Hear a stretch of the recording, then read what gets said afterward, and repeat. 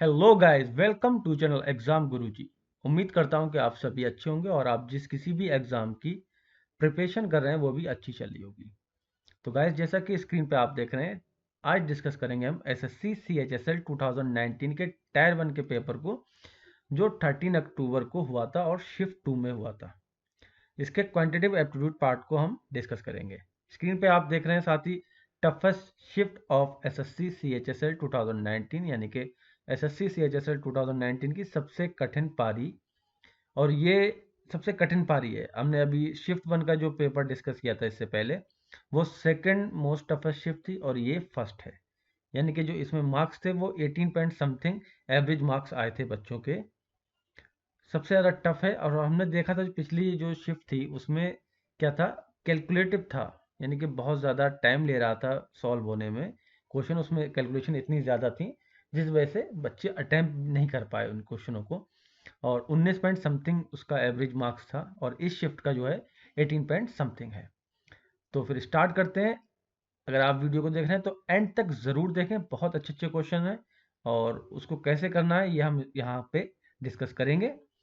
अगर आप first time हमारे चैनल पे आए और चैनल को अभी तक सब्सक्राइब नहीं किया है तो प्लीज़ चैनल को सब्सक्राइब ज़रूर कर लीजिए। सब्सक्राइब करने के बाद आपको एक बेल का आइकन दिखेगा, यहाँ पे उस पर प्रेस करना बिल्कुल भी ना भूलें, ताकि जो आने वाली वीडियो है उनका नोटिफिकेशन आपको ईजिली मिलता रहे। और अगर आपने इससे पहले की शिफ्ट की वीडियो नहीं देखी तो यहाँ आप प्लेलिस्ट का ऑप्शन है, यहाँ से आप जा सकते हैं और उसको एक्सेस कर सकते हैं। एसएससी सीएचएसएल 2019 मैथ के नाम से आपको फोल्डर मिलेगा, ठीक है। या फिर नीचे डिस्क्रिप्शन में लिंक दिया जाएगा, वहां से भी आप एक्सेस कर सकते हैं। चलिए फिर स्टार्ट करते हैं आज का सेशन। तो गाइस, फर्स्ट क्वेश्चन जो है वो है चक्रवृद्धि ब्याज, ठीक है, कंपाउंड इंटरेस्ट से है। क्या है, 4,000 रुपए की राशि 5% वार्षिक ब्याज की दर पर 1 वर्ष के लिए दी जाती है और ब्याज की जो गणना है वो छमाही चक्रवृद्धि के आधार पर की जाती है। इस प्रकार 2,000 रुपए की राशि 40% वार्षिक ब्याज की दर पर 1 वर्ष के लिए दी जाती है और ब्याज की गणना त्रैमासिक चक्रवृद्धि ब्याज के आधार पर की जाती है। कुल ब्याज जो प्राप्त हुआ है उसे लगभग में हमें बताना है, ठीक है। इंग्लिश में 4,000 rupees is given at 5% per annum for 1 year and interest is compound half yearly. 2,000 rupees is given at 40% per annum compounded quarterly for 1 year. The total interest received is nearest to। तो guys, compound interest क्या होता है, मतलब एक तरीके से successive discount वाला जो हम निकालते हैं, ठीक वैसे ही करेंगे। साल में वो छमाही पे दे रहा है, यानी कि छमाही पे चक्रवृद्धि ब्याज जो है वो दे रहा है, तो इसका मतलब एक साल में कितनी बार देगा, 2 बार देगा।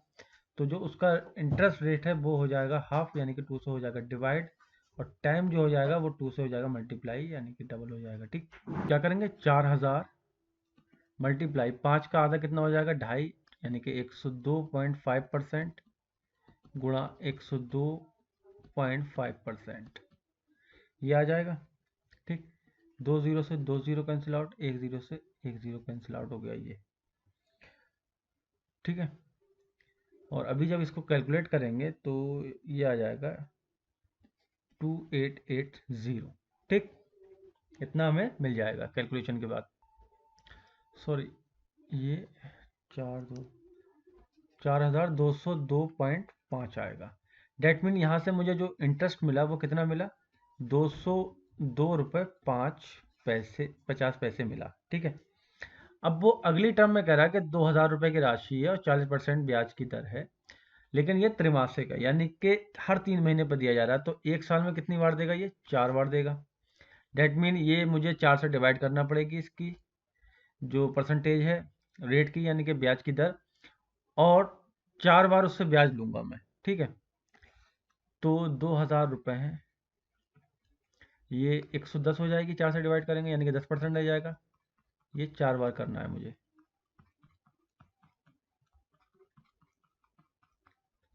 ठीक। 2 जीरो से 2 जीरो कैंसिल आउट, इस 2 से ये 2 कट गए, ये से ये कट गया, एक से एक कट गया, ये 2 गुणा 121 गुणा 121 आ गया, ठीक है। इतना आ गया। इतना करने के बाद आपको ये यहाँ से जब कैलकुलेट करेंगे तो मिलेगा पूरा डिजिट, इसके डिवाइड में 10 भी है, ठीक है। तो इसको कैलकुलेट जब करेंगे तो ये हमें मिल जाएगा 2928.20 पैसे। डेट मीन यहाँ से जो ब्याज मिला वो मुझे क्या मिला, 928.20 रुपये। ठीक, ये दो ब्याज मिले, ठीक है। दो कंडीशन थी, पहली वाली ये थी, सेकंड वाली ये थी, दो कंडीशन थी। अब वो पूछ क्या रहा है कि कुल ब्याज जो उसे लगभग प्राप्त होगा वो क्या है, ठीक है। तो इसको हम कर देंगे ऐड, और ऐड जब करेंगे तो 52703111 1130.70 रुपये, यानी कि बी वाला ऑप्शन जो होगा वो इसका करेक्ट होगा।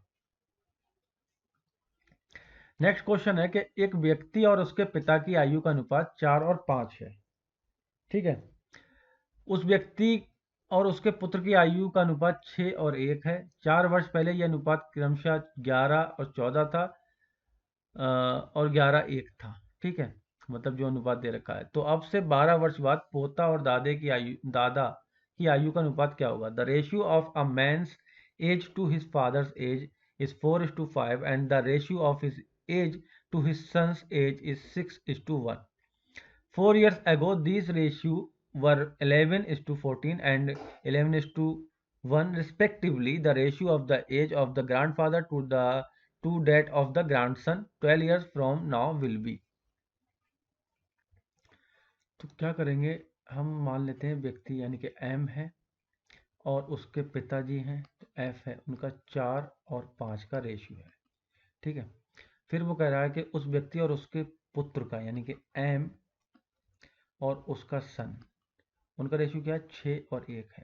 अगर मैं इस रेशियो को चेक मतलब बराबर करूँ, इक्वल करूँ, तो मैंने देखा एम एम दोनों का कॉमन है, तो एम और एम इन दोनों का कॉमन कर लूँ तो मैं इन एम एफ एस का मतलब तीनों का रेशियो एक साथ निकाल सकता हूँ। तो 4 और 6 को जब बराबर करेंगे तो 12 पे ले जाना पड़ेगा, 3 से इसको मल्टीप्लाई कर दें और 2 से इसको मल्टीप्लाई कर दें।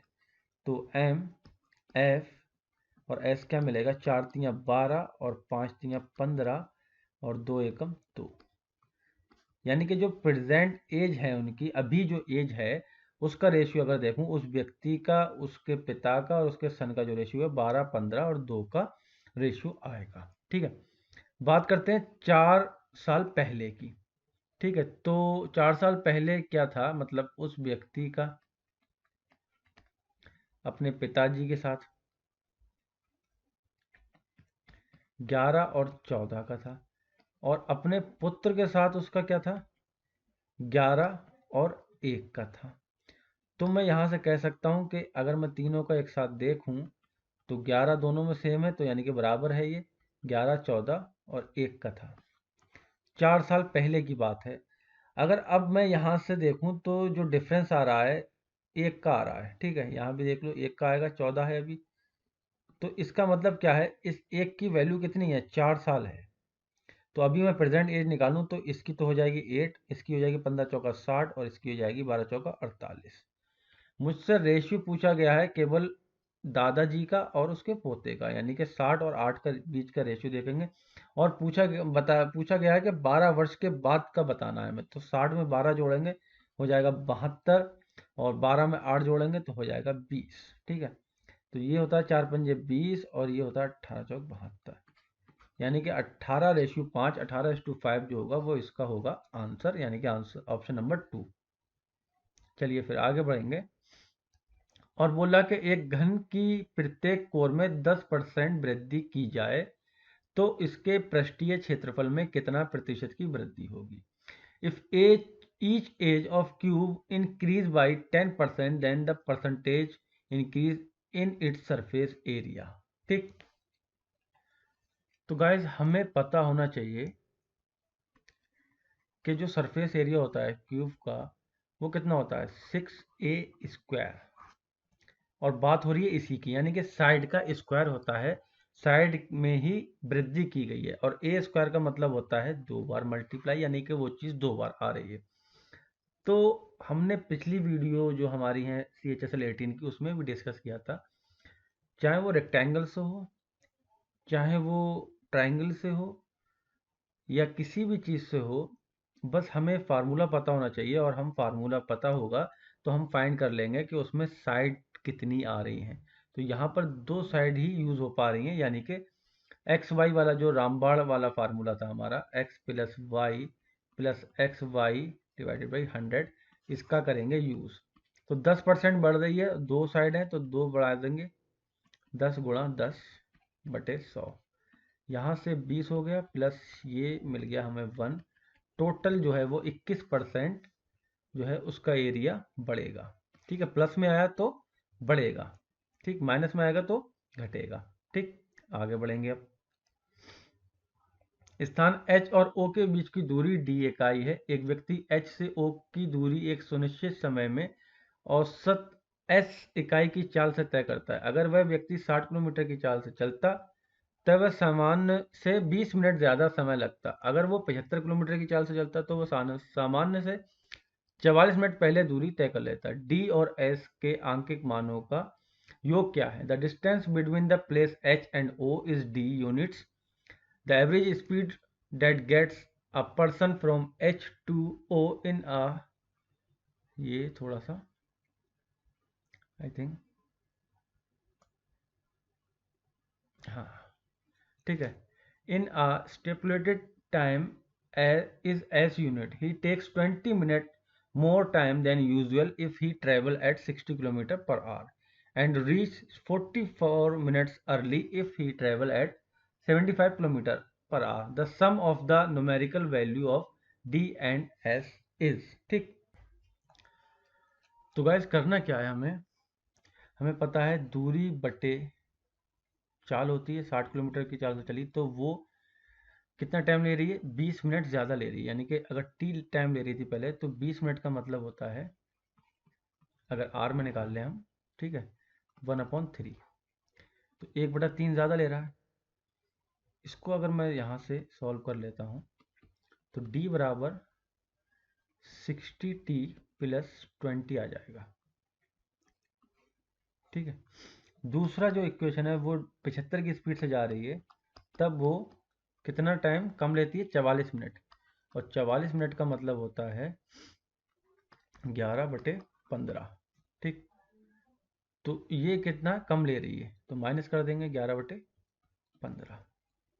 तो यहाँ से डी की वैल्यू क्या निकल के आएगी? 75t माइनस 15×5 = 75 और 11×5 = 55। ठीक, डी डी बराबर है तो मैं इन दोनों को बराबर लिख सकता हूँ। 60t + 20 बराबर 75t माइनस 55। 55 को इधर ले आते हैं तो ये प्लस का हो जाएगा, और 60 को इधर ले जाएंगे तो माइनस का हो जाएगा। तो 75 में से 60 जाएंगे, बचेंगे 15t, और ये हो जाएंगे 55 × 20 = 75। तो t बराबर क्या निकला? 5 आ गया, 5r। ठीक, अब ये t की वैल्यू हम किसी भी इस वाली इक्वेशन में चाहे इसमें रख सकते हैं, और डिस्टेंस हम फाइंड कर सकते हैं। तो 60 × 5 + 20 यानी कि 320 किलोमीटर क्या आ गई हमारी? डिस्टेंस आ गई। और स्पीड अगर हम निकालें तो डिस्टेंस अपॉन टी होता है, ये 320/5 यानी कि 5 × 30, 5 × 20, 60 km/h की स्पीड आ गई। पूछा क्या है? डी और एस को जोड़ना है, यानी कि अगर इसको जोड़ दूं, सम इसका कर दूं तो 384 आ जाएगा, और शायद यही आंसर है हमारा, यानी कि फोर्थ वाला जो है वो आंसर होगा। ठीक, थोड़ा सा इधर को करते हैं इसको, ओके। अगला क्वेश्चन है बार ग्राफ से कि निम्नलिखित ग्राफ 5 स्थान है ए बी सी डी ई जिसमें पुरुष और महिलाओं की जनसंख्या हजारों में दर्शाता है। इस सूचना के आधार पर 5 स्थानों में मौजूद महिलाओं की संख्या इन स्थानों के पुरुषों की संख्या का लगभग कितना प्रतिशत है? तो क्या करना है? सबको करना है ऐड, उसके बाद हमें ये फाइंड आउट करना है। तो अभी क्या करना है? हमें इन सबको ऐड करना है, यानी कि ये मेल और फीमेल अलग अलग ऐड कर लेंगे। ठीक, तो अगर मैं मेल की बात करूँ 35, 32, 30, 45, 40 इसको ऐड करूँ तो ये आ जाएगा 182, और इसको ऐड करूँ तो ये आएगा 177। ठीक है, ये दोनों आपको ऐड करना होंगे। पूछा है कि पुरुषों की संख्या का लगभग कितना है, यानी कि महिलाओं को ऊपर रखना है और इसको नीचे रखना है, मल्टीप्लाई, ठीक। तो ये आ जाएगा 97 पॉइंट समथिंग, और हमसे जो पूछा था वो लगभग में ही पूछा था, यानी कि फोर्थ वाला ऑप्शन जो होगा वो इसका करेक्ट होगा, ठीक है। चलिए फिर गाइस नेक्स्ट क्वेश्चन देखेंगे। अगर निम्न आकृति में, ठीक है, और आगे लिख भी दिया गया है कि आकृति जो है वो माप के अनुसार नहीं है, मतलब वो फिगर बना दिया गया है, अगर आप 135 नापेंगे तो 135 नहीं भी हो सकता है, ठीक है। ए सी बी बराबर 135 डिग्री है और वृत्त की त्रिज्या 2√2 सेंटीमीटर है, तो जीवा की लंबाई क्या है? If in the following figure not to the scale, angle A C B is equal to 135 and the radius of the circle is 2√2 centimetre, then the length of the chord A B, यानी कि जो जो angle दे रखा है 135 वो है ए C B, ये angle दे रखा है 135, और रेडियस की अगर बात करें तो सेंटर ये होगा एक तरीके से ये, ठीक है, ये रेडियस होगी, 2√2 हो गया। पूछा क्या है ए बी, यानी कि ये वाली लेंथ इन्होंने पूछी है हमसे, ठीक। मतलब अगर मैं यहां से इसका सेंटर, ये सेंटर हो गया, ये पेरीमीटर पे ये 135 है, तो ये कितना हो जाएगा 270, ये 270 है, तो ये नीचे वाला कितना हो जाएगा 90 डिग्री हो जाएगा, 90 डिग्री हो जाएगा। तो इसको मैं, जैसे कि आपने हमेशा देखते आए हो तो अच्छा लगेगा देखते हुए, ठीक। और ये 2√2 है, ये 2√2 है, ये 90 डिग्री है, और ये हमें ए बी फाइंड करना है, ठीक।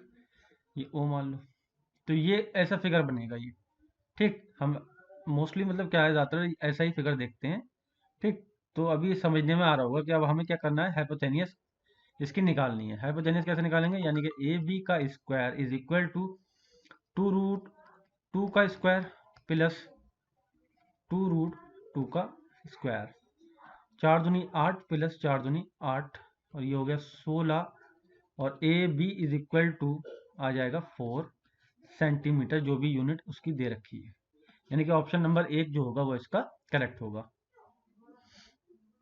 अगला क्वेश्चन है कि यदि x की पावर 4 प्लस 1 बटा x की power 4 is equal to 257 divided by 16 है, तो 8/13 ब्रैकेट एक्स क्यूब प्लस 1 बटा एक्स क्यूब की वैल्यू हमें फाइंड करनी है। तो यहां से अगर मैं +2 इधर जोड़ दूं और +2 इधर जोड़ दूं, ठीक है, तो ये तो हो जाएगा एक्स स्क्वायर प्लस 1 बटा एक्स स्क्वायर का होल स्क्वायर, क्योंकि 2 अगर मैंने जोड़ा है, और इस ये लिख दूं, ठीक है, यहाँ पे ये आ जाए, ये तो कट जाएगा तो बना जाएगा, यानी कि 2 ही रहा, ठीक। तो ये हो जाएगा एक्स स्क्वायर प्लस 1 बटा एक्स स्क्वायर का होल स्क्वायर, और ये क्या हो जाएगा 257 प्लस 16 दूनी 32 और डिवाइड बाई 16, ये हो जाएगा 289 डिवाइड बाई 16, और एक्स स्क्वायर प्लस 1 बटा एक्स स्क्वायर बराबर 17/4, ठीक है। और अब क्या कर सकते हैं, हमें x प्लस 1 बटा एक्स चाहिए, यानी कि फिर से 2 ऐड करना पड़ेगा, यानी कि 2 इधर ऐड करूंगा और 2 इधर ऐड करूंगा, तो ये हो जाएगा x प्लस 1 बटा एक्स का होल स्क्वायर, और ये हो जाएगा 4 दूनी 8 और 17 8 25/4, यानी कि x प्लस 1 बटा एक्स बराबर क्या आ गया 5/2, ठीक है। अब मुझे क्यूब चाहिए यहाँ पे, तो इसका क्यूब कर देंगे हम, तो यहाँ देखते हैं, ठीक है। क्यूब अगर कर दिया तो ये हो गया एक्स क्यूब प्लस 1 बटा x cube plus 3 A B और ए प्लस बी, और ये हो गया 125/8, ठीक है। ये तो कट गया, और x प्लस 1 बटा एक्स की जगह 5/2 रख सकते हैं, तो एक्स क्यूब प्लस 1 बटा x cube is equal to, और 3 और x प्लस 1 बटा एक्स यानी कि 5/2, यानी कि 15/2, 125/8, और 15/2 यहाँ प्लस का है, इधर जाएगा तो माइनस का हो जाएगा, ठीक है, तो अब इसको 8 बना लेते हैं, तो 4 से मल्टीप्लाई कर लेंगे, नीचे हो जाएगा 8, 125 माइनस 60, और ये हो जाएगा 5 आराम से 65/8। वैल्यू फाइंड करनी है x, और x भी है, तो मुझे अब यहाँ इसकी वैल्यू पता लग गई है, तो फाइंड कर लूंगा 8/13 गुणा 65/8, सॉरी ये 8 है, 8 से 8 कैंसिल आउट, 13 पंजे 65, तो आंसर क्या होगा मेरा 5, यानी कि ऑप्शन नंबर 4 जो होगा वो इसका करेक्ट होगा। चलिए फिर आगे बढ़ेंगे और बॉड मास का यूज करते हुए इस क्वेश्चन करेंगे। ठीक, तो अभी ब्रैकेट सबसे पहले सॉल्व करना है, तो अगर मैं इसको ये कर लूं और ये डिवाइड कर लूं, ठीक, तो 9 सत्ते 63, यानी कि 7/10 निकलेगा यहाँ से। ठीक, और ये 5 गुणा 7/10, ये हो गया 35/10।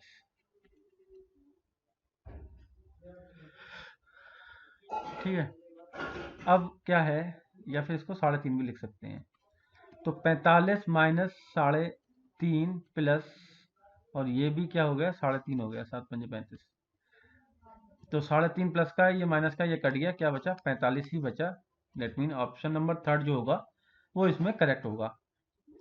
नेक्स्ट क्वेश्चन है क्वेश्चन नंबर 9, और त्रिकोणमिति से इसमें थीटा के लिए सही वैल्यू हमें फाइंड करनी है।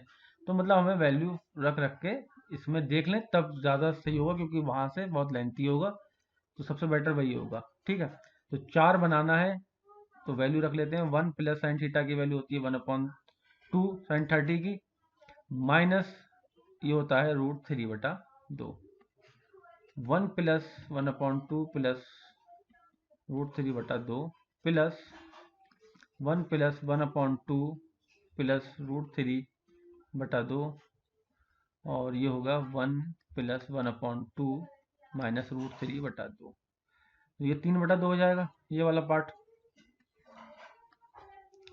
तो इसको लिख सकते हैं 3/2 माइनस √3/2, और इसको लिख सकते हैं 3/2 प्लस √3/2 प्लस 3 प्लस √3/2, और ये हो जाएगा 3/2 माइनस √3/2, तो यहाँ से 3 ऊपर क्या आएगा 3 माइनस √3, और नीचे आएगा 3 प्लस √3 प्लस 3 प्लस √3, और नीचे आएगा 3 माइनस √3, क्योंकि नीचे का 2 जो है वो कैंसिल आउट होगा ये।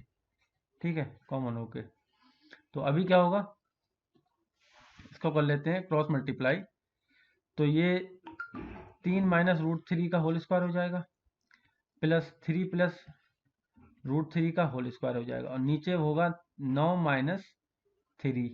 ठीक है, इसको खोल लेंगे, यहाँ से मिलेगा 9, ब्लैक ले लेते हैं, ठीक है, 9 प्लस 3 और माइनस 2 3 6 √3, इसको खोलेंगे तो 9 प्लस 3 और प्लस 6 √3, नीचे बचेगा 6, तो ये तो कट गया रूट वाला, 9 3 12, यानी कि 12 12 24 हो गया, 24/6 और 6 चौक 24, यानी कि हमें 4 ही लाना था इस साइड में, 4 बराबर 4 हो जाएगा, जो है 30 डिग्री जो है वो इसका करेक्ट होगा। ठीक, बाकी के स्टार्टिंग भी हम करेंगे तो वैसे ही करेंगे, मतलब सबसे पहले क्या करेंगे 90 की वैल्यू रखेंगे, क्योंकि यहाँ से ये 0 हो जाएगा तो हमें पता है ये 2 हो जाएगा, ऐसे चेक करेंगे।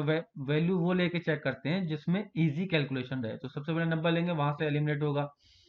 ठीक है, 45 में सेम रहेगा, तो यहाँ से ये एलिमिनेट हो जाएगा, बच्चा 30 और 60, 30 60 में हम देख लेंगे कौन सा हमें करना है। चलिए फिर आगे बढ़ेंगे, अगला क्वेश्चन है अलजेब्रा से, और 60A की वैल्यू हमें फाइंड करनी है। तो गाइस जो इस तरीके के क्वेश्चन होते हैं, आपको क्या करना है, जो अलजेब्रा के फार्मूले हैं वो याद करने हैं। ठीक है, वो फार्मूले ही होते हैं ये, और अगर हम ध्यान से देखें, अगर a को 0.1 मान लूं, b को 0.2 और c को 0.3, तो देखिए ये a स्क्वायर हो रहा है, ये दूसरा b स्क्वायर हो रहा है, तीसरा c स्क्वायर, प्लस ये क्या है 4 आया, 4 कैसे आया, आगे क्या होता है, अगर 2ab होता है, ठीक है, तो 2ab का मतलब एक 2 चाहिए होगा इसको और एक 1 चाहिए होगा, तब ये 4 आया, यानी कि ये वाले पार्ट की मल्टीप्लाई हुई है। प्लस 2bc होता है, ठीक है। तो b और c, 2 3 6, ये नहीं हुआ होगा, ये ca है, ये जो पार्ट है ये ca है, 2ca प्लस ये 6 दूनी 12, ये 2bc है। तो ये a plus B plus c का होल स्क्वायर है, ठीक। नीचे वाला part a plus B plus c का होल स्क्वायर है, ऊपर वाला भी सेम ऐसे ही है, ए क्यू है, ठीक है। ए क्यू है प्लस बी क्यू है प्लस सी क्यू है प्लस 3 इन्होंने बाहर ले लिया, ठीक है। और अंदर जो हो रहा है वो ए बी स्क्वायर होता है प्लस ए स्क्वायर बी होता है, बी सी स्क्वायर होता है प्लस बी स्क्वायर सी होता है, प्लस अब क्या रह गया, ए स्क्वायर सी होता है और प्लस सी स्क्वायर ए होता है, और प्लस का 6ab c, ठीक है। तो अगर मैं 6ab c करूं तो ये मुझे 0.36 मिलेगा क्या, 3 दूनी 6, यस 0.36 हो रहा है, ठीक है। तो ये ऊपर का फार्मूला क्या हो गया, a plus B plus c का क्यूब, और नीचे का हो गया a plus B plus c का होल स्क्वायर। ये एक कट गया तो क्या बचा, a प्लस बी प्लस सी बचा, यानी कि मुझे इसको ऐड करना है बस। तो ये एडिशन क्या आएगा, 0.6 आ गया। वैल्यू फाइंड करनी है 60a की जगह 0.6, ठीक है। तो 6 छंग 36 आंसर आ गया फोर्थ वाला, ठीक। तो हमें क्या करना है, अलजेब्रा के जो भी फार्मूले हैं, चाहे a प्लस बी का होल स्क्वायर हो, a square plus b square plus c square, जो भी हैं वो सारे याद कर डालने हैं, ठीक। आगे बढ़ेंगे अब। और ये ग्राफ है, उसके रिगार्डिंग कुछ क्वेश्चन है। पहला ग्राफ ग्रेड ए से ग्रेड 5 तक के कुल विद्यार्थी लड़के लड़कियों की संख्या बता रहा है, यानी कि हजारों में बता रहा है। दूसरा ग्राफ जो है वो पढ़ने वाले कुल विद्यार्थियों की संख्या 5 विद्यालयों में बता रहा है, ठीक। तो based on the information, if the boys to girl ratio in school D की बात चल रही है, 3:1 है, then the number of boy studying in school D, यानी कि यहाँ पर हमें बॉय बताना है, कितने बॉय यानी कि कितने लड़के पढ़ रहे हैं। इस सूचना के आधार पर अगर डी विद्यालय में लड़के और लड़कियों का अनुपात 3 और 1 है, तो डी विद्यालय में पढ़ने वाले लड़कों की संख्या क्या है, ये हमें बताना है। तो करेंगे क्या, हम इनको करेंगे ऐड, ठीक है। मतलब कि जितने बच्चे हैं, अगर ए की बात करूं तो ए में 35 आ रहे हैं, और यहाँ पर 34, और यहाँ पर 26, और 23, और ये 22। टोटल अगर मैं इनको कर लूँ तो 140 आ रहे हैं, ठीक है। ये हजारों में है, ठीक है, 142,000। अब वो बोल रहा है कि 25% डी में है, यानी कि 5, अब ये क्या है, 5 विद्यालय हैं ए बी सी डी, तो ए में 30 हैं, बी में 20 हैं, तो ऐसे ही डी में अगर हम देखें तो डी में 25%, यानी कि 140 का 1/4 करूंगा तो ये आ जाएगा 35 के, ठीक, 35,000 आ जाएगा। अब डी में जो रेशियो है वो रेशियो कैसा है, 3:1 का है, यानी कि 35,000 और 3/4 करूंगा, 3 में लड़के हैं, ठीक है, और बॉयज गर्ल्स का 1 है, यानी कि हर 4 में से 3 लड़के हैं और 1 लड़की है। तो 3/4 हो गया, यहाँ से इसको कैलकुलेट करूंगा तो 26,250 आएगा। आई थिंक यही डी वाला ऑप्शन होगा, ठीक, 26,250। नेक्स्ट है संख्याएं हैं 24, 25, ए 35, 59, 83, 46, बी 29, 74, और क्रमानुसार इस प्रकार व्यवस्थित की गई हैं कि वे एक क्रम में दिखती हैं। जब प्रत्येक संख्या में इसकी क्रम संख्या जोड़ी जाती है तो निर्मित नई संख्या का औसत 55 होता है। अज्ञात संख्याओं ए और बी का औसत बताना है। The number 24, 45, A 35, 59, 83, 46, B 29, 74 are serially numbered as they appear in the sequence. When each number is added to its serial number, then the average of the new numbers form is 55. The average of the missing number a and b is, ठीक है। तो कह क्या रहा है, मतलब कि हमें इसमें इसके क्रम के अनुसार, यानी कि क्रम देखें तो 1 2 3 4 5 6 7 8 9 और 10, ये क्रम हुआ। इसको इसी क्रम में जोड़ देना है, ठीक। और जोड़ने के बाद जब हम ये इनको डिवाइड करेंगे, जो नंबर आएगा, यानी कि 24 का 25 हो गया, ये 47 हो गया, ठीक है। ऐसे ही ये a+3 हो गया, ये 39 हो गया। इसको जब जोड़ेंगे तो औसत क्या आएगा हमारा, 55 आएगा। डेट मीन 10 संख्याएं हैं, औसत 55 है, तो ये 550 आना चाहिए, इनका एडिशन 550 आना चाहिए जोड़ के, ठीक। तो ये जोड़ लेते हैं, 25 और 50, तो ये सब ऐड करने के बाद कितना आ जाएगा, 439। और a+3 होगा, और क्या होगा, b+8 होगा, बराबर 550। ये a+b बराबर 550, और ये कितना हो गया, 8 3 11, 11 इसमें जोड़ेंगे 40, 450, यानी कि ये 100 बचेगा। a+b कितना हो गया, 100 हो गया। और पूछा है औसत, तो ए और बी दो ही तो हैं, ठीक है। तो 2 से डिवाइड कर देंगे तो इनका औसत निकल आएगा, यानी कि 50, जो कि इसका आंसर होगा ऑप्शन नंबर 2, ठीक है। तो बस कैलकुलेशन थी, इसको क्रम संख्या इनकी जोड़ के, इसमें सीरियल नंबर जोड़ के ऐड करना था, बस इतना ही करना था। क्वेश्चन नंबर 13 है कि एक व्यक्ति अपनी 40 वस्तुओं पर लागत मूल्य से 20% अधिक मूल्य अंकित करता है। वह अंकित मूल्य पर 10% की छूट पर 10 वस्तुएं या 15% की छूट पर 20 वस्तुओं को बेचता है। फिर भी अगर उस व्यक्ति को कुछ लाभ अर्जित करना हो तो वो बची हुई वस्तुओं पर अधिकतम कितनी या लगभग छूट की पेशकश कर सकता है। A person marks his 40 items at 20% of the cost price. He sell 10 item, इसको रुको, इसको बढ़ा देते हैं इधर, ठीक है, अभी पूरा दिख रहा होगा, ठीक है। He sell 10 items at 10% discount and 20 item at 50% discount on the mark price. What is the maximum discount round off, ठीक है, एग्जैक्टली नहीं, राउंड ऑफ ही चाहिए उनको, he can offer on the remaining item if he still get some profit, ठीक। तो अगर मैं देखूं 40 वस्तुएं हैं और वो उन वस्तुओं का 1 रुपया मान लेता हूं, तो 40 रुपये हो गए, और 20% उसने अधिक कर दिया है उसका अंकित मूल्य, तो ये कितना हो गया, 12 चौक 48 रुपए उसने मार्क कर दिए, ठीक। अब 10%, 10 वस्तुओं का अगर मैं देखूं, ये 40 ही तो है, तो यानी कि 1/4, 12 रुपए का माल उसने क्या करा, 10% की छूट पे बेच दिया, यानी कि 90% पे बेचा 12 रुपए का माल, तो ये 10 रुपए 80 पैसे में उसने बेच दिया। बाकी 20 वस्तुओं का यानी कि 24 रुपए का माल उसने 15% की छूट पे बेच दिया, ठीक।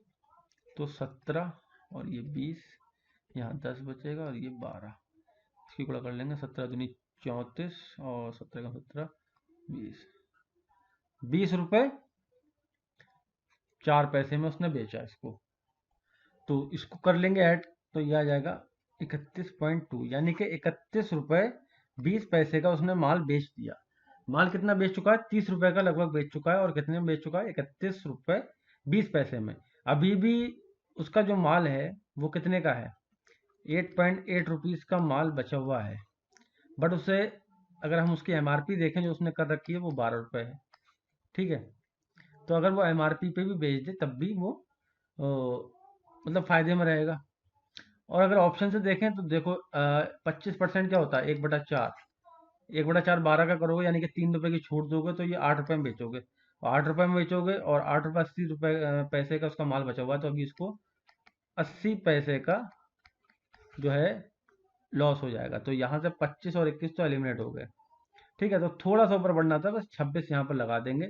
80 पैसे से आपको रुपए पे आ जाना है, यानी कि 20 पैसे का प्रॉफिट और चाहिए था यहाँ पे, ठीक है। सॉरी, 80 रुपए 80 पैसे ये घटाना थे। तो अगर हम देखें 12 का 26% अगर निकाल लें तो कितना होगा, 12×6 = 72, 26 को सीधे फिर वही निकालो, 74, तो 12×4 = 48, ठीक। और 4 × 7 = 84, और 4 = 88, और ये 2 जीरो।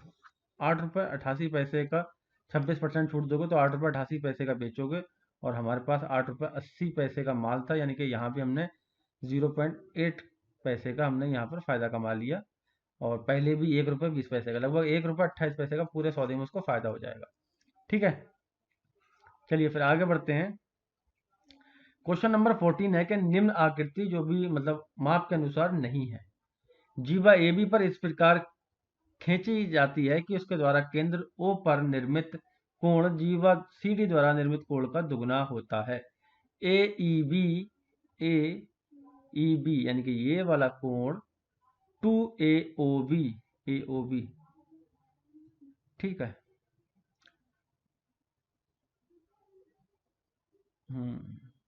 अगर ये x है तो ये 2x होगा, ठीक।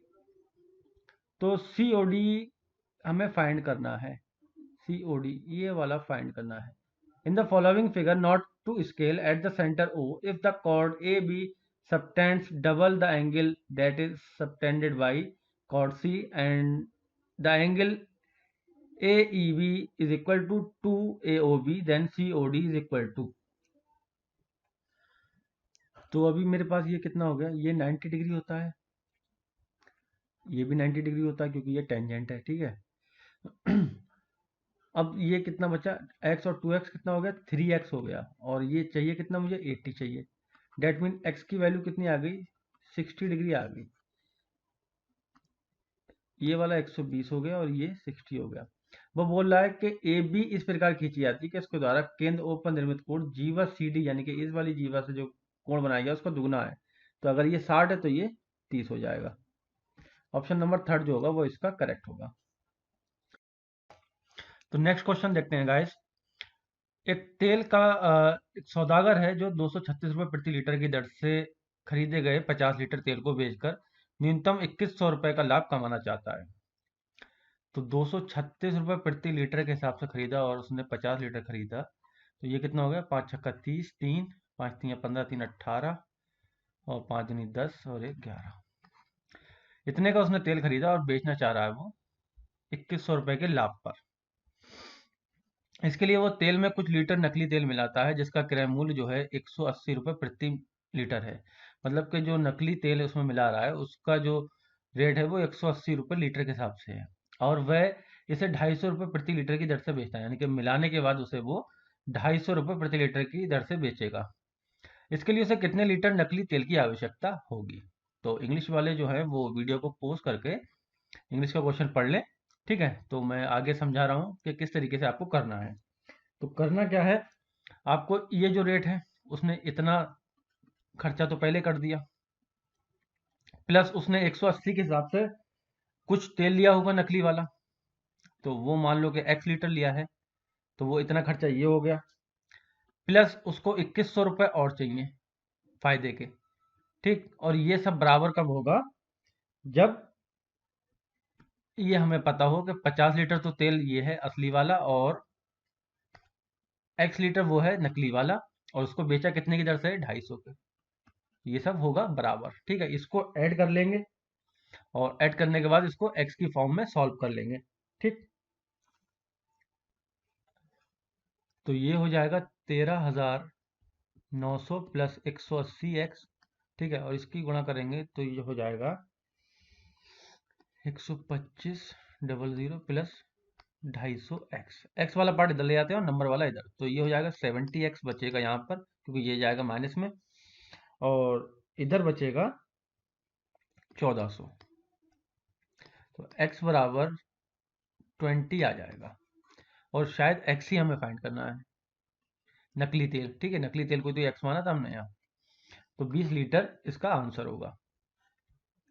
अगला क्वेश्चन है कि अगर संख्या 59A44B जो 36 से विभाज्य है तो a प्लस बी का अधिकतम मान क्या होगा। If the number 59A44B is divisible by 36 then the maximum value of a plus B, ठीक है। तो 36 का मतलब है कि नंबर 6 से डिवाइड होगा, नंबर 6 से डिवाइड होगा मतलब 2 और 3 से भी डिवाइड होगा, तो 2 और 3 का डिविजिबिलिटी हम चेक कर लेंगे, ठीक है। तो अगर मैं इसको ऐसे लिखूं 2 से तो मतलब लास्ट में जो है वो क्या आना चाहिए, ये है।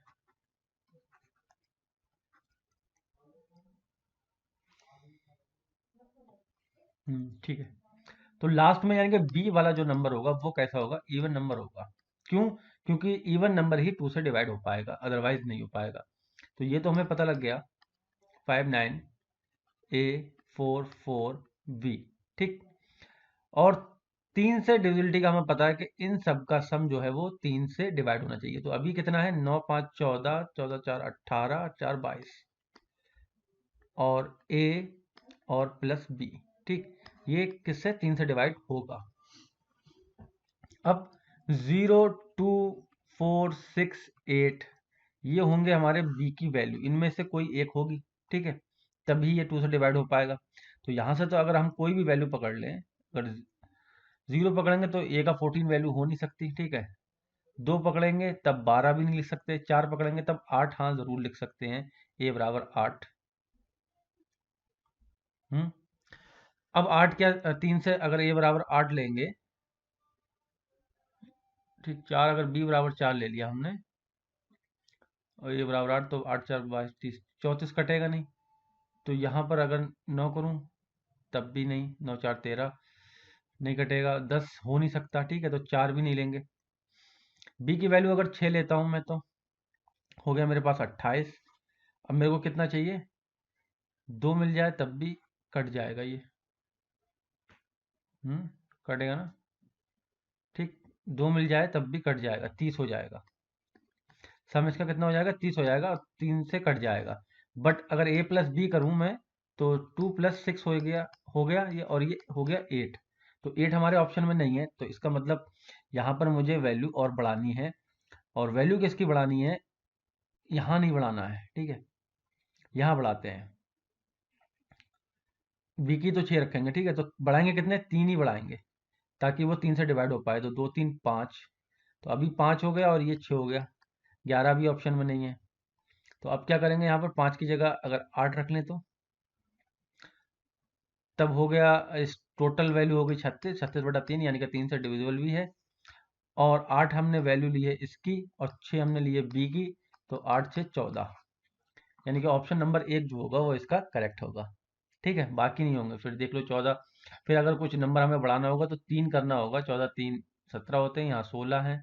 ठीक है, या बैक जाएंगे तब भी 11 होना चाहिए, तो यहाँ 10 है। तो ये ऑप्शन भी नहीं होंगे। ठीक, तो इस तरीके से हमें ये करना होगा।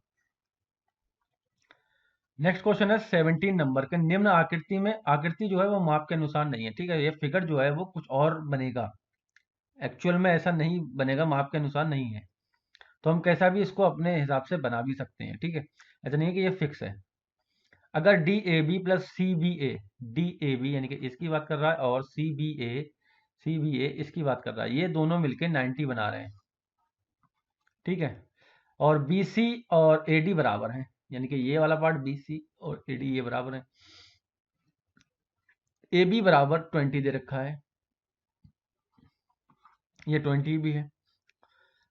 सी डी बराबर 10 है, ये 10 है।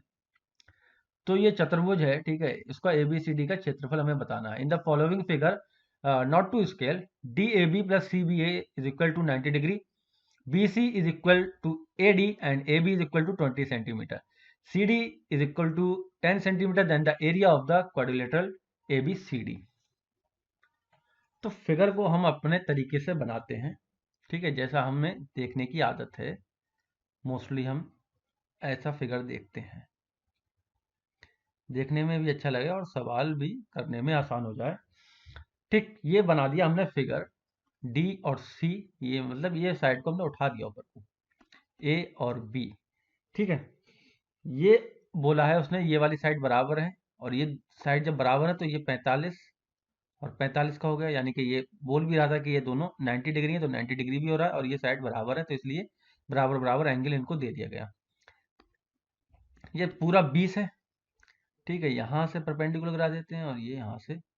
तो अभी ये जब पूरा 20 है, तो ये 5 बचेगा, और ये 5 बचेगा, ये 10 हो गया। क्यों? क्योंकि ये वाली जो वैल्यू दे रखी है वो 10 सेंटीमीटर दे रखी है सी डी की, तो इसलिए इसको इक्वल कर लिया, तो ये 10 हो गया, यहाँ 5 5 बच गया। ठीक है, अब इसकी हाइट फाइंड कर ले।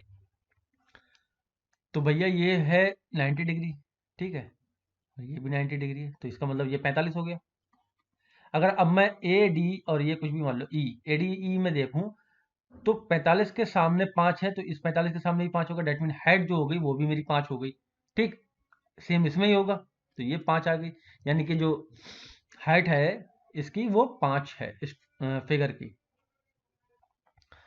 तो फॉर्मूला हमें पता है 1/2 और सामने वाली साइड, ठीक है, डी सी प्लस ए बी मल्टीप्लाई होती है हाइट से।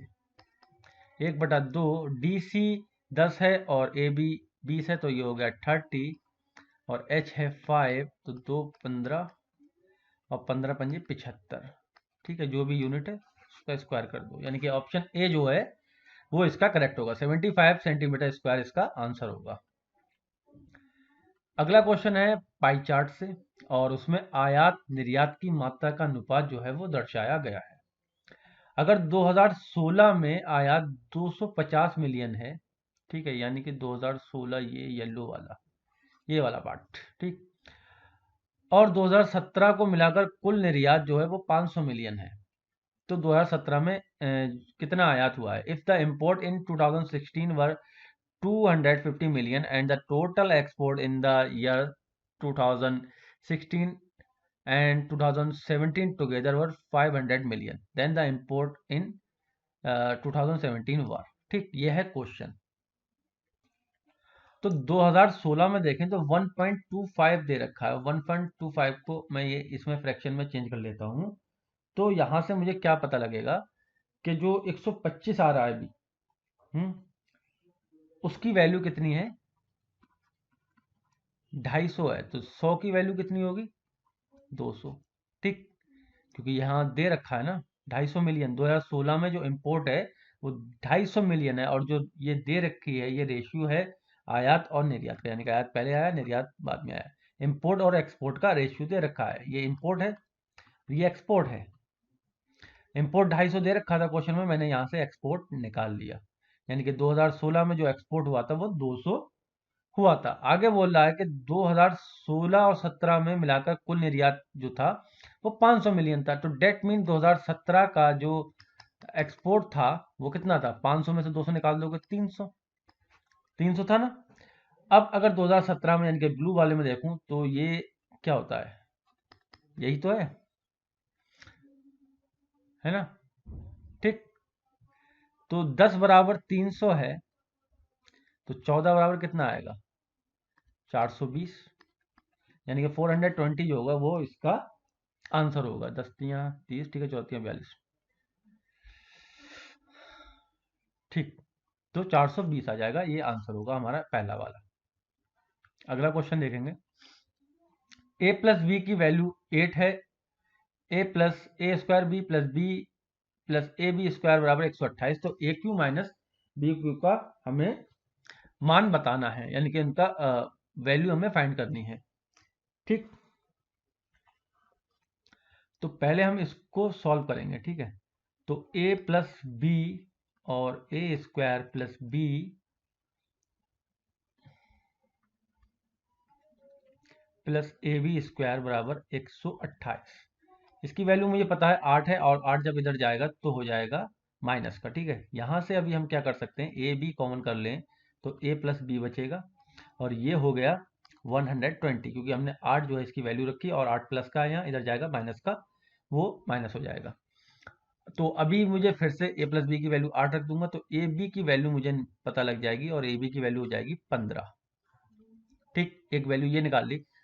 अभी क्या करना है, यहां पर स्क्वायर कर देते हैं दोनों तरफ, तो हो जाएगा a square plus b square plus 2ab बराबर 64, ठीक है, ये रहने देते हैं। और 2ab की वैल्यू होगी 30, 30 जब उधर जाएगा तो हो जाएगा माइनस का, और ये बचेगा ए स्क्वायर प्लस बी स्क्वायर बराबर 34, ठीक। तो अभी हमें वैल्यू निकालनी है इसकी, a cube minus B cube, और ये क्या होता है, a plus b a square plus b square minus a b. A plus B की वैल्यू 8 है, ए स्क्वायर प्लस बी की बी स्क्वायर की 34 है, और माइनस ए बी है 15, तो 8 और 14 में से 5 गया 9, 2 में से गया, ठीक। और ये हो गया 152, यानी कि फोर्थ नंबर जो है इसका ऑप्शन वो इसका करेक्ट आंसर होगा, ठीक। चलिए फिर आगे बढ़ते हैं। और 20 नंबर क्वेश्चन है कि एक गोले को किसी घन में इस तरह से सम्मिष्ट किया गया है, यानी कि उसको उसके अंदर डाला गया है कि वह घन के सभी फलकों को स्पर्श करता है। अगर घन और गोले का आयतन का अनुपात ए है और गोले तथा घन का पृष्ठीय क्षेत्रफल का अनुपात बी है, तो ए बी का मान क्या होगा। इंग्लिश वाले वीडियो को पॉज करके इंग्लिश का क्वेश्चन पढ़ लें, ठीक है। मैं यहाँ से सोल्यूशन बताता हूँ आपको। तो अगर फिगर देखें तो कुछ इस तरीके का ये फिगर बनेगा, ठीक है। ये हमारा घन है या क्यूब है और उसके अंदर हमने गोले को रख दिया, ठीक है। पूरा फिट हो गया गोला इसके अंदर। और घन का मान लेते हैं कि वो साइड जो थी 2x थी, तो गोले की जो रेडियस आएगी वो कितनी आ जाएगी, x आ जाएगी, ठीक। अब अगर हम रेशियो की बात करें, जो उसने बोला है कि घन का रेशियो और आ, उसका गोले का, ठीक है। तो volume of cube divided by volume of sphere क्या होगा। इसका क्यूब यानी कि इस भुजा का क्यूब होता है, तो ये हो गया 8x³ डिवाइडेड, और इसका क्या होता है 4/3 पाई, ठीक। और आर 4/3 पाई r3, तो r3 मतलब 8x, सॉरी x³ 8 नहीं, ठीक, x है ना रेडियस, तो x³। यहाँ से अगर देखें x से x³ कट गया, 4 दूनी 8 और ये 3 ऊपर जाएगा तो 6/पाई, ठीक। 6/पाई, और जो क्वेश्चन में दिया है वो a दिया है, यानी कि a की वैल्यू जो है 6/पाई है। आगे पृष्ठीय क्षेत्रफल यानी कि सरफेस एरिया में उसने रेशियो दे रखा है, तो सरफेस एरिया ऑफ क्यूब और सरफेस एरिया ऑफ स्फीयर, ठीक। तो ये होता है 6 गुणा भुजा का स्क्वायर यानी कि 4x², और ये हो गया 4πr², मतलब x², कट गया 6/पाई बचा, और दे क्या रखा है b, ठीक है। तो a और b की हमने वैल्यू निकाल ली। अब हमसे पूछा क्या है, ए बी का मल्टीप्लाई पूछा है, यानी कि ए बी का मान क्या होगा, तो इसकी मल्टीप्लाई कर देंगे, तो 6/पाई और 6/पाई, तो 36 पाई, सॉरी कुछ गड़बड़ हो रही है क्या, 36 पाई r, 36 पाई² ही आ रहा है, यानी कि जो आंसर दिया है सी में वो चेंज होगा। आई थिंक बी वाला ऑप्शन जो है वो इसका करेक्ट होगा, 1 नहीं होगा, ठीक। तो नेक्स्ट क्वेश्चन जो है वो है त्रिकोणमिति से, और इस तरीके के जो भी क्वेश्चन होते हैं, अगर sine theta cos theta sec theta की वैल्यू दे रखी हो, तो सबसे बेस्ट जो है वो है आप एक फिगर बना लें फटाफट जल्दी से, और उस फिगर में इस वैल्यू को पुट करके देखें। तो यहाँ से मुझे दिख रहा है पाइथागोरस थ्योरम लगेगी, ठीक है। 90 डिग्री होता है, और ये आ जाएगा मेरा √2। सारी वैल्यू निकल के आ गई। cos² a की वैल्यू होती है √11, मतलब ये हाइपोटेन्यूस डिवाइडेड बाई उसका जो परपेंडिकुलर होता है, ठीक है। स्क्वायर करूंगा तो 11/2 मिल जाएगा मुझे, प्लस tan² है, यानी कि tan a की वैल्यू होती है ये परपेंडिकुलर अपॉन बेस, यानी कि √2 का स्क्वायर 2, और प्लस ये कितना हो गया 6, सॉरी 9,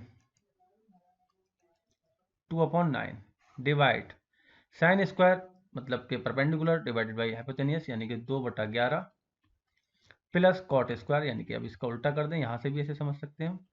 एलसीएम लेंगे तो ये हो जाएगा 99 प्लस 4, और ये हो जाएगा 18, ये हो जाएगा 4 प्लस 99, ठीक, और डिवाइडेड बाई 22, ठीक, ये हो जाएगा। तो ऊपर वाला तो ये कट जाएगा, ठीक है, 103 103, और ये ऊपर जाएगा, ठीक। तो अब मिलेगा क्या 22/18 हो जाएगा, ये 11/9, और यही आंसर है, यानी कि ऑप्शन नंबर 3 जो है वो इसका करेक्ट होगा। अगला क्वेश्चन है कि ए किसी कार्य को एक निश्चित दिनों में पूरा करता है, बी को स्वतंत्र रूप से उस कार्य को पूरा करने में 45% ज्यादा दिन लगते हैं। दोनों साथ मिलकर 58 दिनों तक उस कार्य को करते हैं, और शेष कार्य को बी अकेले 29 दिनों में पूरा कर लेता है।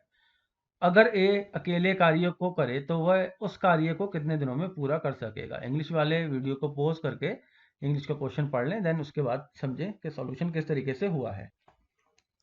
तो गाइस ध्यान से समझना चीज को, क्या हो रहा है। 145 का मतलब क्या है, 145% ज़्यादा टाइम ले रहा है, तो ये 29 हो गया और ये 20। इसका मतलब क्या है, जो बी है वो 29 दिन ले रहा है और जो ए है वो 20 दिन ले रहा है, ठीक। और इफिशियंसी की बात करूँ तो वो इसका उल्टा हो जाता है। इसका मतलब ए की अगर इफिशियंसी की बात करें हम, और यहाँ डेज, ठीक है, बी, तो ए का, ठीक है, इफिशियंसी कितनी है ए की, 29 हो जाएगी और इसकी 20 है, और वैसे ये 20 दिन में काम कर रहा है, ये 29 दिन में, ठीक। तो अब अगर मैं मान लूँ कि ये एक तरीके से एफिशिएंसी की जो बात हो रही है कि ये उन डिब्बे हैं कोई, ठीक है, कोई सामान है या डिब्बे हैं, कोई थिंग है, ये 29 डिब्बे उठा के रख रहा है एक दिन में और ये 20 डिब्बे उठा के रख रहा है, ठीक। अब उन्होंने 58 दिन काम किया, तो ए ने कितने डिब्बे उठा के रखे, 29 गुणा 58, और बी ने कितने रखे, 20 गुणा 58, ठीक है, यही तो हुआ। 29 गुणा 58 और 20 गुणा 58, ये हो गया 1682 और ये हो गया 1160। टोटल उन्होंने कितने डिब्बे उठा के रख दिए, ये रख दिए 2842 डिब्बे उन्होंने उठा के रख दिए। बट आगे वो कह रहा है कि बी ने जो बचा हुआ शेष, इसके बाद भी कुछ डिब्बे रह गए जो उठाना थे, और वो किसने उठाए, बी ने उठाए हैं। और कितने दिन तक उठाए, 29 दिन तक उठाए। बी एक दिन में 20 डिब्बे उठा रहा है, ठीक है, ये गलत लिख गया, ये है एफिशिएंसी और ये है टाइम या डेज कह लो, ठीक है, ए बी, ठीक, इस तरीके से बनेगा, ठीक। तो 29 दिन तक उसने उठाए हैं, तो 29 दिन तक उठाए हैं और 20 डिब्बे एक दिन में उठाता है, तो ये कितने उठा लेगा, 29 गुणा 20, डेट मीन 580 डिब्बे और ए ने उठा, बी ने उठा के रखे हैं, तो 580 इसमें ऐड कर देंगे और ये हो जाएगा 3422। यानी कि जो टोटल डिब्बे निकल के आए वो 3422 डिब्बे थे जो उन्होंने इस तरीके से उठाए। ए ने 29 दिन काम, सॉरी 58 दिन काम करा, 29 उठाता था एक दिन में, 1682 हुए। बी ने क्या किया, 20 डिब्बे उठाता था, 58 दिन तक उठाए, 1160, दोनों ने साथ में काम किया था, इतने डिब्बे उन्होंने साथ में उठाए। उसके बाद जो बचे वो 580 डिब्बे 29 दिनों में बी ने उठाए, टोटल 3422 हो गए। अब मुझे ए का फाइंड करना है कि ए कितने दिनों में काम करेगा, तो यहाँ से फाइंड कर लूंगा मैं, 3422 डिब्बे हैं यानी कि 3422, और एक दिन में उठाता है 29, डिवाइड करूंगा 118 दिन आ जाएगा, इसको 118 दिन लगेंगे ये काम करने में, ठीक है। चलिए फिर आगे बढ़ेंगे। एक चीज़ और, जो अभी हमने पहला क्वेश्चन किया था, आई थिंक, जो मैं कह रहा था कि ये गलत होगा, इसमें गड़बड़ हो गई है, और गड़बड़ क्या हो गई है मैं आपको बताता हूँ, ठीक है। ये क्वेश्चन था, ठीक, तो इसमें गड़बड़ क्या हुई है, यहाँ पर पहले उसने क्या बोला है कि घन और गोले का आयतन, यानी कि घन ऊपर आएगा, गोला का जो आयतन है वो नीचे आएगा, ठीक है, हमने वैसा ही किया। लेकिन इस लाइन में बोल रहा है गोले का, यानी कि ये हो जाएगा उल्टा, ये वाला पार्ट जो है उल्टा हो जाएगा, यानी कि 4 पाई r x होगा ऊपर और 6 × 4 x² होगा नीचे। तो x² से x² कटेगा और 4 से 4, तो ये हो जाएगा π/6 = b, यानी कि ये जो है वो गलत है, ठीक, ये समझे, ठीक है। तो अब ए बी की वैल्यू पूछी है उसने, तो ए की वैल्यू 6/π है और बी की वैल्यू है π/6, ये कैंसिल आउट हो गया, यानी कि यहाँ से आ गया 1, ठीक। तो आंसर जो होगा वो हमारा 1 ही होगा, ठीक है, सही है ये, ठीक। तो मैंने अभी ये दोबारा से क्वेश्चन मेरे घूम रहा था, तो फिर से मैंने देखा, तो ये मैंने पता लगा, ठीक है। तो इस लैंग्वेज पे आपको ध्यान देना है, लैंग्वेज जो है उस पर ध्यान देना है। तो पहले गोले का आएगा फिर घन का आएगा, हमने यहाँ पर उल्टा कर दिया था, पहले घन का और फिर गोले का करा था, जिस वजह से आंसर जो है वो गलत आ रहा था, ठीक। तो पहले स्फीयर फिर क्यूब, ठीक है। फिर चलो आगे बढ़ते हैं।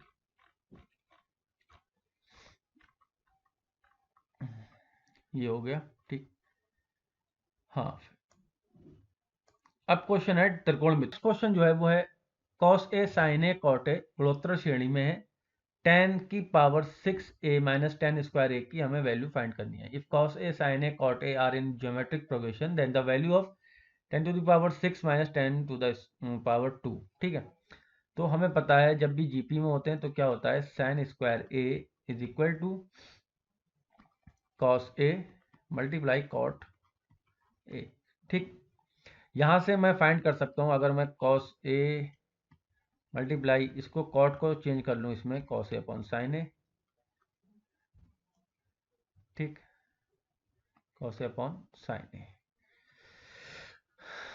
तो ये हो गया कॉस स्क्वायर है और इसको ले जाता हूँ नीचे इसके, तो ये हो जाएगा साइन स्क्वायर ए अपॉन कॉस स्क्वायर ए 1 अपॉन साइन ए मतलब के कॉस ए, या फिर कह सकता हूँ कि टेन स्क्वायर ए बराबर कॉसिक ए। अब दोनों साइड में 10 ए से मल्टीप्लाई कर देता हूँ, तो यहाँ हो जाएगा 10 क्यूब ए, और ये क्या हो जाएगा, अगर 10 से मल्टीप्लाई करूँगा तो ठीक है, तो ये कॉसिक ए मल्टीप्लाई 10 ए को साइन ए और कॉस ए लिख सकता हूँ, और कॉसिक को भी मैं साइन में ले लेता हूँ 1 अपॉन साइन ए, तो ये cancel out, 1 upon cos A बचा, और इसका मतलब होता है सेक ए। ठीक, इतना आ गया। अब पूछा क्या है, 10 की पावर 6a माइनस 10 स्क्वायर ए। ठीक है, तो अगर यहां से देखें तो ये हो जाएगा सेक स्क्वायर ए माइनस 10 स्क्वायर ए। ठीक है, और ये क्या होती है, ये एक सर्वसमीका होती है, ठीक है, आइडेंटिटी, जिसकी वैल्यू होती है 1। ठीक, ठीक है, तो आई होप कि आपको ये क्लियर हो गया होगा। ठीक है, ये जो हमने 10 की पावर 6 है इसको क्या लिख दिया है, ये लिख दिया है। ठीक है, तो इसकी वैल्यू हमें पता है सेक ए है, और जब ये ब्रैकेट ओपन होगा तो सेक स्क्वायर ए माइनस 10 स्क्वायर ए यहां से आ गया। ठीक, एक त्रिभुज है जिसकी भुजाएं 25, 29, 39 और 34 हैं। ठीक है, वर्ग का क्षेत्रफल अगर वर्ग का क्षेत्रफल इस त्रिभुज की भुजा के क्षेत्रफल से 21 इकाई अधिक है तो वर्ग की भुजा क्या है। ठीक है, तो क्या करेंगे, हमें सेमी पेरीमीटर निकाल लेते हैं, 25 प्लस 39 प्लस 34, और उसको कर देंगे 2 से डिवाइड, तो इसको जब ऐड कर लेंगे तो ये हो जाएगा 98 और अपॉन 2, डेट मीन जो है 49 इसकी सेमी पेरीमीटर आ गई। अब ट्राइंगल का एरिया कैसे निकालते हैं, अंडर रूट, ठीक है, सेमी पेरीमीटर, और सेमी पेरीमीटर में से सारी साइड निकाल देंगे, तो ये पहली वाली 24, इससे मिलेगा 10 और इससे मिलेगा 15, अंडर रूट, ये तो 49 हो गया। इसको क्या लिख सकते हैं, 2 गुणा 3 यानी कि 6 और 4 6 चौक 24, इसको 2 पंजे 10 और इसको 3 पंजे 15, यहाँ से 49 से 7 बाहर आ जाएगा, 2 3 6 और 2 3 6, एक 6 बाहर आएगा। ठीक है, 4 से 2 आ जाएगा, और एक 2 5 से एक 5 आ जाएगा, तो ये हो जाएगा 7 छंग 42, 7 पंजे 35 70, 420 आ जाएगा। ठीक है, 420 इकाई। अब वो कह रहा है कि 21 ज्यादा है।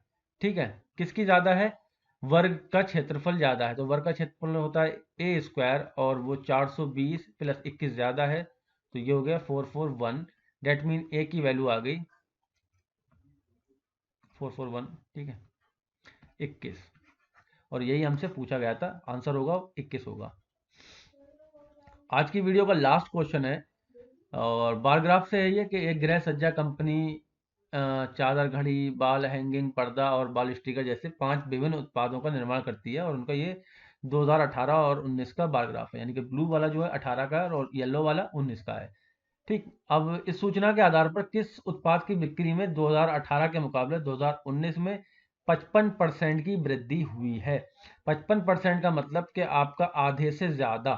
ठीक है, अगर कोई चीज है 10 है, तो मान लो कि वो आधे से ज्यादा कितना होगा, 15, और यानी कि 15 और 16 के बीच में वो चीज होना चाहिए, आधे से ज्यादा 55 में। ठीक है, तो ऐसे ही देखना है, यानी कि आधा देखना है, आधे के नजदीक हमें पहुंचना है 2018 से 2019 में। ठीक, तो अगर हम यहाँ देखें, अगर पूरा पूरा ले लें 20 और ये 48, तो 24 का इंक्रीमेंट हुआ है, तो ये तो चादर तो हो नहीं सकती। ठीक है, घड़ी में देखें 5 है और यहाँ 37 है, तो ये तो बहुत ज़्यादा होगा, 5 7 35 यानी 700% के करीब इसमें हो गया इंक्रीमेंट। तो ये भी नहीं होगा, घड़ी भी नहीं होगा और ऑप्शन में भी नहीं है। ठीक है, बाल हैंगिंग देख लेते हैं। 14 दूनी 28 यानी कि 14 से ऊपर, यानी कि 100% से ऊपर हुआ है, तो ये भी बाल हैंगिंग भी यहाँ से हट गया। ठीक, चादर भी हट गया। बाल स्टिकर बचा है, पर्दा बचा है। ठीक है, पर्दा ऑप्शन हमें पता है करेक्ट है, बट बाल स्टिकर भी देख लेते हैं। 5 और 10, 5 से 10 हो गया, यानी कि पूरा 5 बढ़ा, यानी कि 100% ये बड़ा है, तो ये भी नहीं होगा। 7 से 12 गया है। ठीक है, और 7 से 12 में अगर हम देखें तो ये लगभग 7 4 इसका देखेंगे, ये पूरा 8 ही समझ लो, 7.8 है। कोई चीज़ 7.88 है तो इसको 8, अगर 8 मान लें और इसका आधा कितना होगा, 4, 8 4 12, तो ये नज़दीक है, यानी कि 50% के हमारे नज़दीक है। तो यही ऑप्शन होगा, बिना कैलकुलेशन किए, मतलब हमें आंसर भी फाइंड हो जाएगा। ठीक, तो ऑप्शन नंबर ए जो है वो इसका करेक्ट होगा। तो गाइज आज की वीडियो में इतना ही। उम्मीद करता हूँ कि वीडियो आपको पसंद आई होगी। वीडियो पसंद आई हो तो प्लीज़ वीडियो को लाइक ज़रूर करें, शेयर करें ज़्यादा से ज़्यादा, ताकि ज़्यादा से ज़्यादा लोगों को इसका फ़ायदा मिल सके। और most important thing, comment box में अपना कमेंट छोड़ना बिल्कुल भी ना भूलें। आपका कोई फीडबैक हो या फिर कोई सजेशन हो तो प्लीज़ ज़रूर मेंशन करें, ताकि हम आने वाली वीडियो में उसको अमल में ला सकें। Thank you very much.